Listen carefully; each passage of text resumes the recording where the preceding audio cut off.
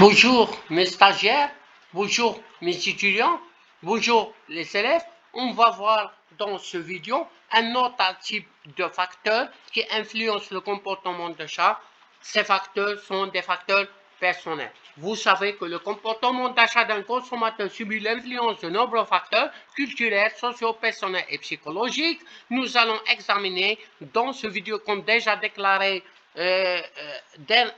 dernièrement, c'est les facteurs personnels. Les décisions d'achat sont également affectées par les caractéristiques de l'acheteur et notamment son âge, l'étape de son cycle de vie, sa profession, sa position économique, son style de vie et sa personnalité.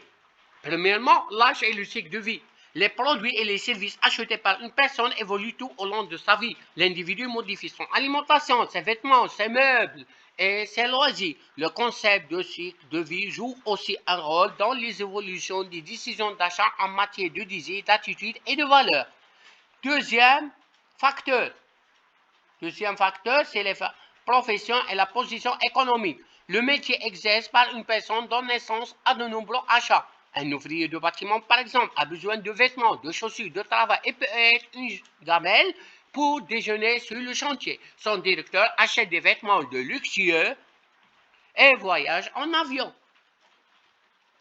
Le responsable marketing doit identifier les catégories socio-professionnelles qui expriment un intérêt particulier pour ses propres et services. La position économique d'une personne détermine largement ce qu'il est en mesure d'acheter. Cette position est fonction de son revenu, ça veut dire niveau de régularité, périodicité, de son patrimoine, y compris les liquidités, de sa capacité d'endettement et de son attitude vis-à-vis de l'épargne et du crédit.